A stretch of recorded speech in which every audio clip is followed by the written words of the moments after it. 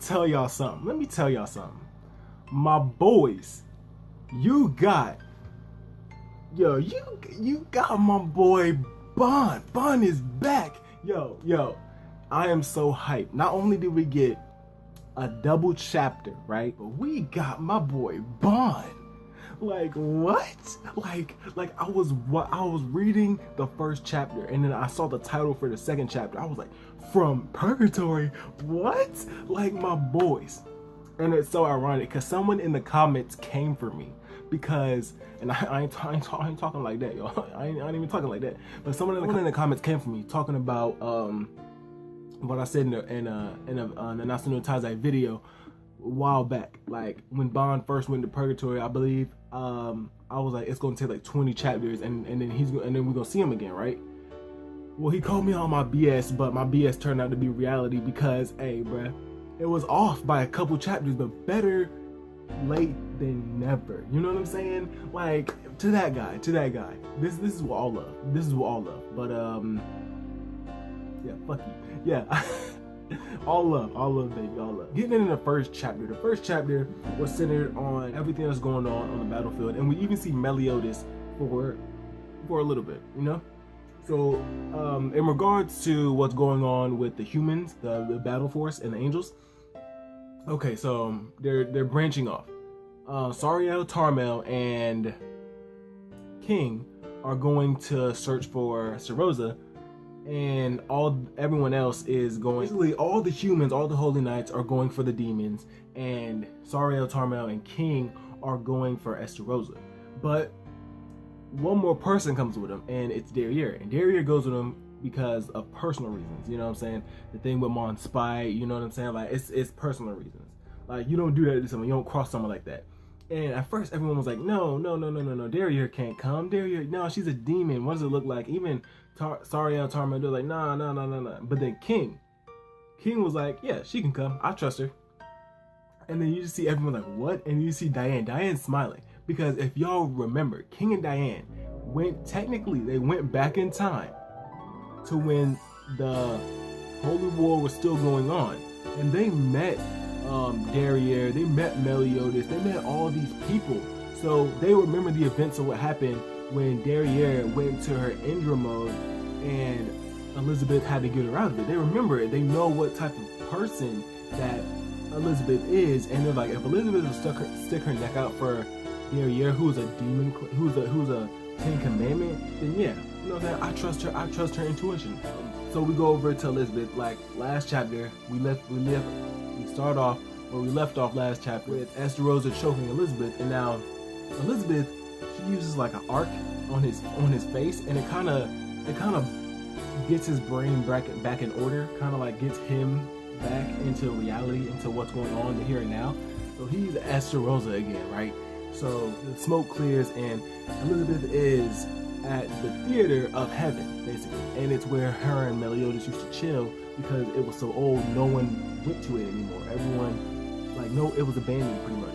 So she gets her memories back too. She gets some of her memories back of Estarossa, and she remembers him to be very alone and sad looking. So Estarossa starts talking, and we learn that the relationship between him and Meliodas, where it started to go wrong, was apparently Meliodas, because Meliodas was such a big brother, you know what I'm saying? He was like the definition of a big brother, you know what I'm saying? He was strong, he was smart, you know what I'm saying?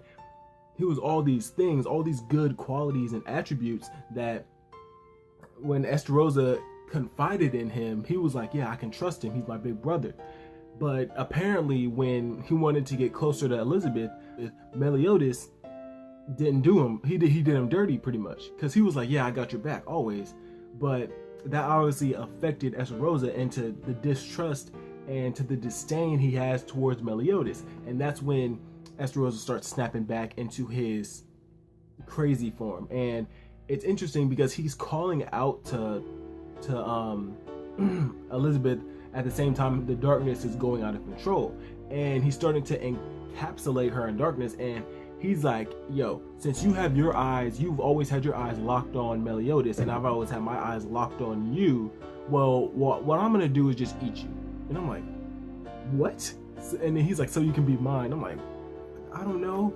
She doesn't have a grace as far as we know, but dude, you think, what? Esterosa is crazy. I feel for him. He's tragic. Not as tragic as Meliodas, but he's tragic. I feel for the kid. But he wants to eat her. So Elizabeth, as of right now, is on massive defense. And at that point, we switch over to Camelot. And Meliodas just has this huge, like, cocoon of darkness. Like, it's huge. It's like encapsulating the whole Capitol building of Camelot. And you have Zeldris and Cusack, and they're just talking. They're like, yeah, we need to get the rest of the commandments so Meliodas can finish his transformation. So I say from the time the war started to now, it hasn't been more than maybe an hour, maybe an hour and a half. And Meliodas is maybe I might even be stretching it, but yeah, it hasn't been that long. And Meliodas is he's doing well. He's absorbing them. It's not reneging, and it's not like with Esterosa where he has to like spit him out or else he's gonna die because his body just can't handle the darkness. Like, I don't know what's so different about Esterosa. It might be their moms, because we don't know their moms, but it might be their moms, honestly. But yeah, Meliodas is doing good. And we see him in the cocoon for the last chapter for 267. And he's just chilling. Like, he's just in the darkness. He's chilling pretty much. Okay, but that was pretty much it for 267. Now 268. Let me tell you, my boy Bond.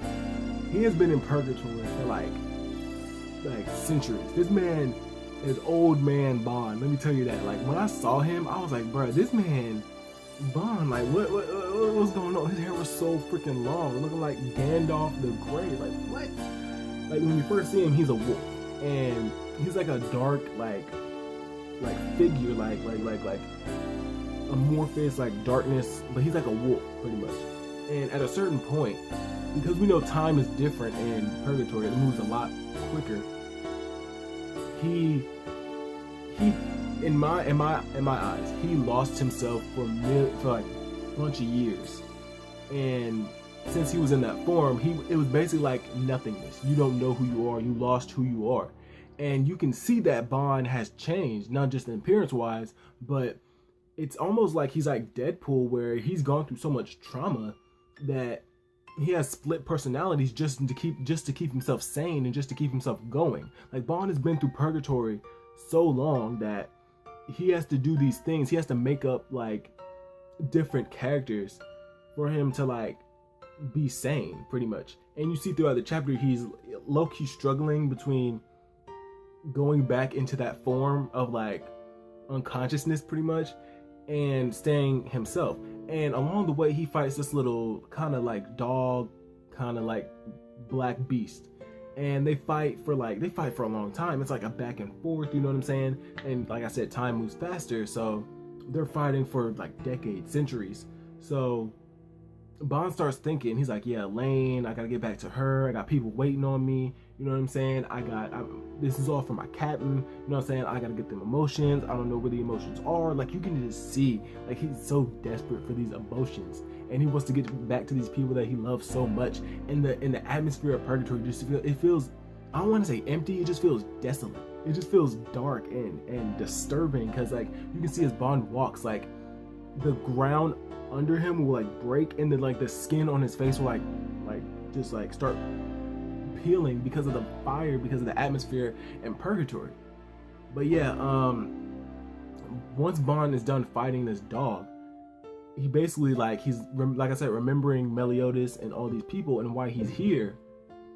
And then the dog disappears, and it was Meliodas, his mate. They are drawn together. That's his buddy, y'all. Let me tell you, man. Let me tell you.